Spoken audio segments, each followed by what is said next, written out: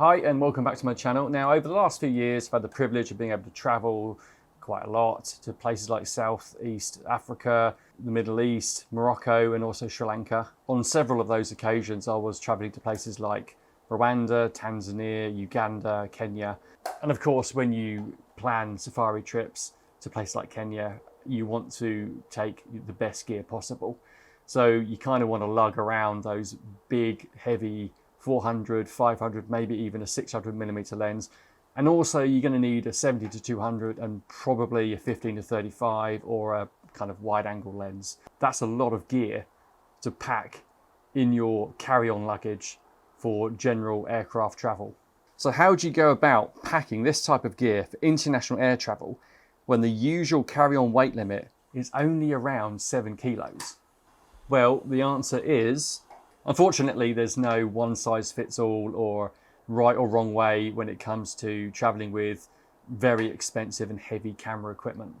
All airlines are different. Some regions of the world are far stricter than others. For example, I found that for international flights, Middle Eastern airports are way more relaxed when it comes to carry-on luggage than compared to EU and UK airports. When traveling in South and Eastern parts of Africa, because of the type of vacations people are doing, like hiking, adventure, and of course safari trips, they are more used to seeing people transporting a lot of heavy camera gear than compared to other countries. So therefore, they may on occasions be more understanding and lenient with the weight limits on your carry-on luggage, while some smaller airlines even offer carry-on weight upgrades to help with oversized or significantly overweight bags. So the first tip is to really check with your airline before you start booking.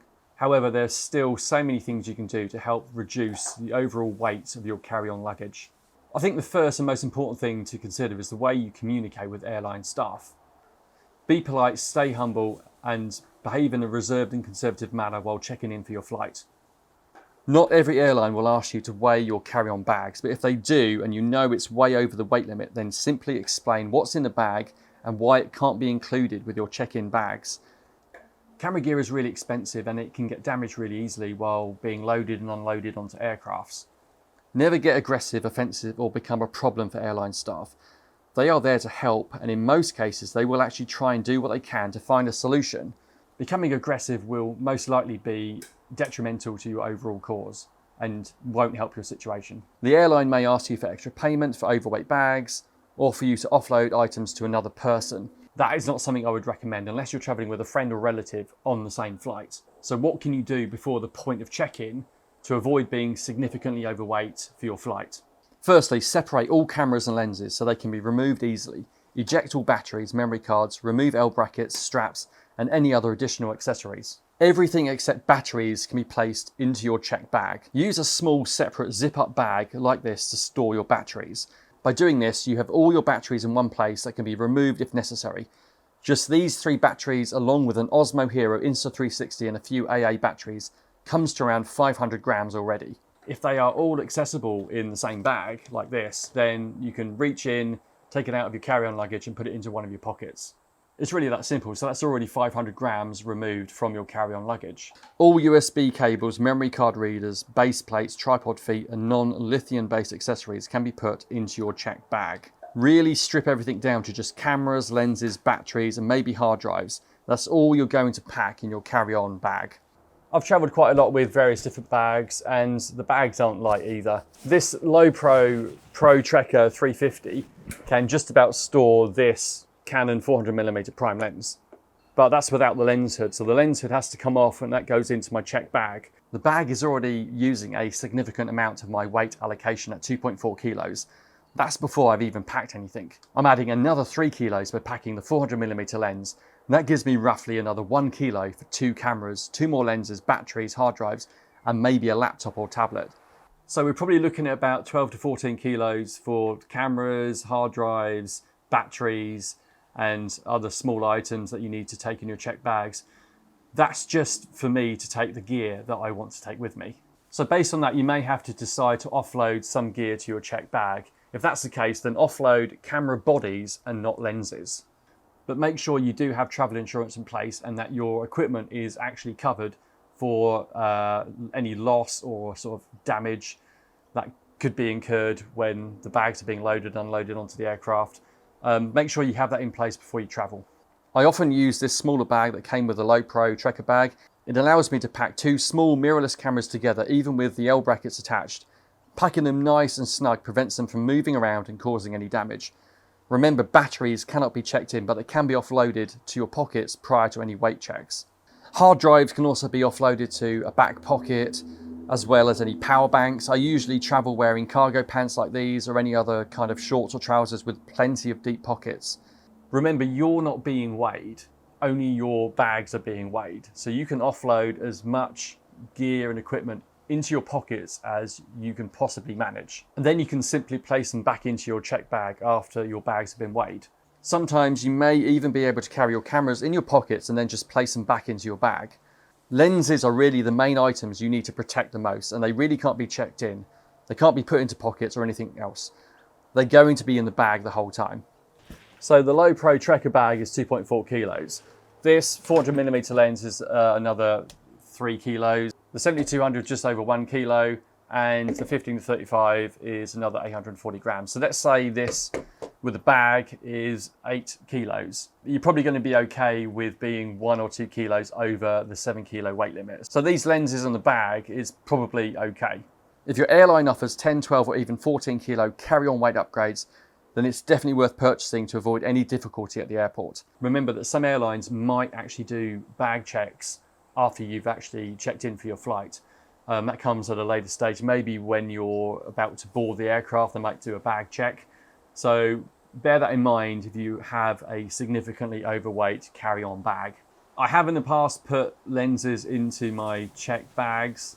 It's probably not something I would recommend, even though they were perfectly fine.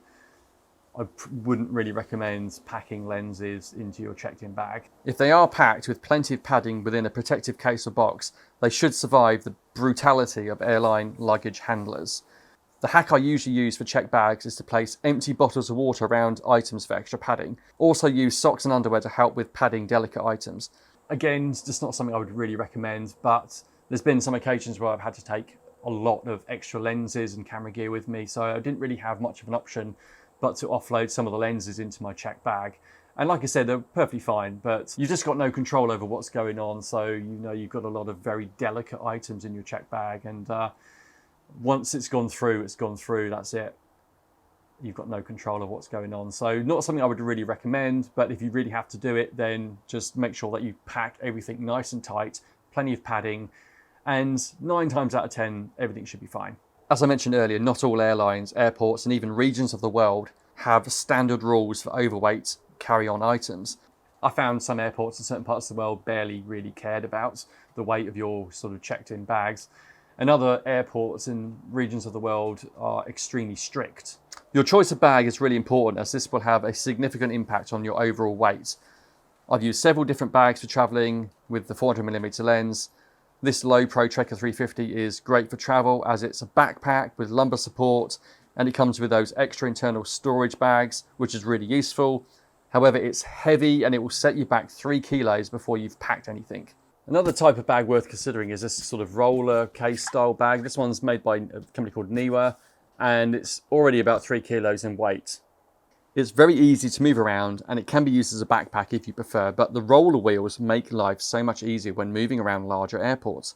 However, by using a fairly large looking bag on wheels makes you more likely to be stopped to have your bag weighed as opposed to using a backpack style bag. Another really good bag that I use when I'm not having to transport the big 400mm prime lens is this Lowepro Fast Track Pro 250 backpack. This is ultra lightweight and is very versatile. I usually travel with 2 cameras and maybe 3 lenses, and this bag is perfect for that.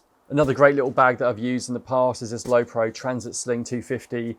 This is a lot smaller, it's much lighter, but it's more suited for like smaller cameras, maybe micro four thirds camera gear and stuff like that. I can fit 2 micro four thirds cameras and probably 3 to 4 lenses in this bag, but more importantly, I can keep the weight down significantly by using micro four thirds gear. There are obviously some limitations with using micro four thirds as opposed to full frame or APS-C cameras, but that is for another video. Some airlines also allow you to carry on extra small bags, such as the laptop or personal bag that can be used to offload things like batteries, hard drives, power banks, cables, and sometimes even camera bodies. However, you'll need to check with your airline if this is included in the overall 7 kilogram cabin bag weight limit or not, as it will be different depending on the airline you're traveling with. Most major airlines limit the weight of carry-on bags to the standard 7 kilograms. However, some domestic and budget airlines do offer other options for carry-on luggage. In the UK, we have Ryanair, who are notorious for being strict with carry-on luggage. They will weigh everything and will charge you for overweight bags. However, you can purchase up to 10 kilograms of cabin luggage when booking your flights. In Australia, there is Jetstar, which is very similar. Depending on which airport you're flying from, your bags may be weight checked while you are boarding the aircraft, but similar to Ryanair, additional kilograms can be purchased. Subject to availability, you can purchase additional carry-on bags to increase your weight limit to 14 kilograms. The standard weight limit is 7 kilograms shared across 2 items. Within the EU zone, there is Eurowings, which allow up to 8 kilograms in weight for cabin bags and an extra 8 kilogram bag if booked in business class. Wizz Air is another good choice as they allow up to 10 kilograms of cabin luggage. Usually this will be limited to a backpack size bag unless booked with Wizz Priority, where you'll be allowed a larger trolley size bag with a 10 kilogram weight limit. Canada has Flair Airlines, which offers 10 kilograms of carry-on luggage as an additional purchase at the time of booking your flight. A 7 kilogram personal item is included for free at the time of booking. In the USA, there is JetBlue and Spirit Airlines, both budget airlines, but they do not have a weight limit for carry-on bags. You just need to have a bag that fits within the size limit, so check their websites for more information. In the Middle East, Fly Dubai allows 7 kilograms for free in economy class for carry-on bags that fit a certain dimension, and 2 7 kilogram bags in business class. All hand luggage, including duty-free purchases, will be measured for weight and dimension limitations at the boarding gate. An additional fee of $55 or more will be applied to anyone exceeding the weight or size limit. AirAsia offers free 7 kilograms of carry-on luggage with the option of purchasing 14 kilograms. However, one bag must not weigh more than 10 kilograms. While I was in Zambia on safari, I flew with a domestic airline called ProFlight Zambia. I remember that space was a real issue on board the aircraft. All carry-on luggage had to be placed under the seat in front of you and was limited to 5 kilograms. This was clearly impossible for me as I was travelling with so much gear. Any bags too large to fit under the seats were checked and placed at the front of the aircraft. I was too late for this as so many other people had oversized bags. They had used all the available space. So I ended up sitting with my huge bag, which is the Low Pro Trekker, which I showed you earlier, on my lap for the entire trip. It was unbelievably uncomfortable, but it was only for a few hours. I could kind of just about bear it because I know that I was getting my gear to where I wanted it to be. So I was more than happy to do that. But credit to the airline and the staff on board the aircraft for actually allowing me to do that in the first place. And it's like what I said earlier, if you're polite, you're humble, you don't get too aggressive over things, the airline staff will most likely find a way to help you. And that's really, really important, just to be polite and just to stay really calm about the whole situation and just explain what it is that you're carrying and why it's important and the reason why it can't be checked in and it has to stay with you the whole time. It kind of proves that there's always a way to get your gear safely on board your flight without causing a major problem and also putting your expensive equipment at risk of being damaged. As I mentioned earlier, there doesn't really seem to be a standard rule in place when it comes to carry-on luggage. It really does differ significantly between rival domestic and international airline carriers and also within different regions of the world. Hopefully some of these tips and tricks and also the information regarding carry-on luggage has been helpful in some way, especially if you're planning your next big trip away. Maybe it's a safari trip or you're doing some work abroad with a lot of big expensive camera gear. I really hope you enjoy your travels, stay safe, and thanks so much for watching. Please give it a like, give it a share, and stay tuned for more content.